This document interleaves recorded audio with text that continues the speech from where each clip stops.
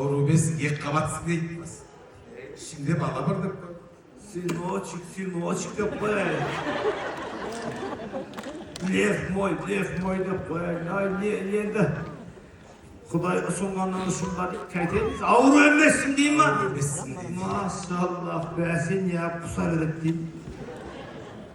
Адамның ойы жүріп қылтамақ болып ауырып қалды ма деп. Ой, ұйықтай алмай қалдым. Сен басқа тамақ жеп жүрсің ғой. Жас болсақ білінбейді. Жасымыз бұлға келді ғой. Ағайынға не бетімде қарайым. Құдағиларға не дейін?